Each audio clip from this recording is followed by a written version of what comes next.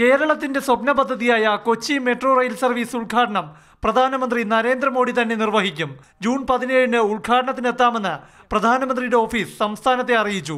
മുഖ്യമന്ത്രിയുടെ ഓഫീസിനാണ് ഉദ്ഘാടന തീയതി ഉറപ്പിച്ചുള്ള സന്ദേശം ലഭിച്ചത്. ജൂൺ 17-ന് ആലുവയിലാണ് കൊച്ചി മെട്രോയുടെ ഉദ്ഘാടനം.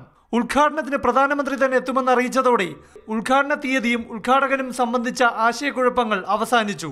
പ്രധാനമന്ത്രി എത്തിയില്ലെങ്കിലും LDF സർക്കാരിന്റെ 1ാം വാർഷിക വേളയിൽ കൊച്ചി മെട്രോ ഉദ്ഘാടനം ചെയ്യുമെന്ന തരത്തിൽ വിവാദമുയർന്നിരുന്നു.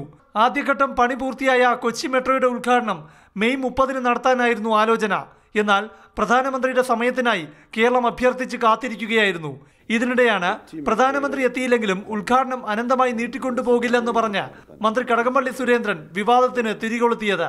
എന്നാൽ രാജ്യത്തെ മറ്റ് സംസ്ഥാനങ്ങളിലെല്ലാം മെട്രോ റെയിൽ ഉദ്ഘാടനം ചെയ്തത് പ്രധാനമന്ത്രിയാണെന്നും കേരളവും പ്രധാനമന്ത്രിയുടെ സമയത്തിനായി കാത്തിരിക്കുകയാണെന്നും മുഖ്യമന്ത്രിയുടെ ഓഫീസ് തിരുത്തി.